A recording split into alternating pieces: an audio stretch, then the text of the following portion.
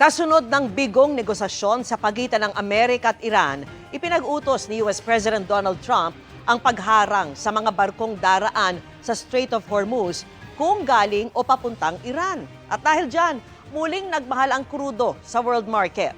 Nakatutok si Dano Tingkungko.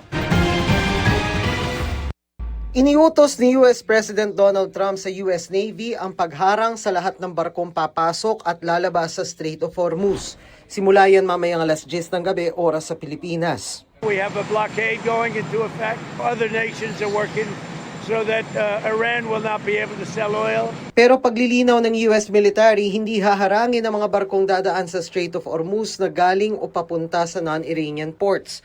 Pinahanap din ni Trump ang mga nagbayad ng toll sa Iran na anyay hindi ligtas na makakadaan. Ayon pa kay Trump, sisirain din nila ang mines na inilatag ng Iran sa Hormuz. Iniutos sa mga yan kasunod ng 21 oras na bigong negosasyon ng Iran at Amerika sa Pakistan. Ayon kay US President J.D. Vance na kinatawan ng Amerika sa negosasyon, hindi tinanggap ng Iran ang mga kahilingan ng Amerika.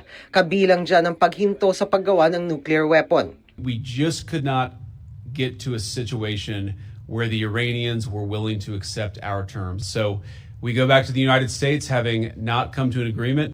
Ang kahilingang yan tinawag na excessive o kalabisan ng Iran.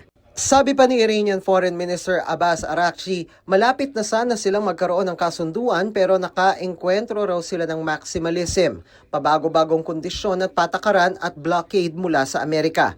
Nauna ring sinabi ng parliamentary speaker ng Iran na bigong makuha ng delegasyon ng Amerika ang kanilang tiwala sa negosasyon. Ang bigong peace talk sa pagitan ng dalawang bansa at utos na blockade ni Trump sa Strait of Hormuz nagresulta agad sa pagtaas ng presyo ng krudo sa world market. Ang Brent crude mula mahigit $95 per barrel umakyat na sa mahigit $101 per barrel, habang ang West Texas Intermediate o WTI mula sa halos $97 per barrel na presyo ng krudo ay umakyat naman sa $103 per barrel.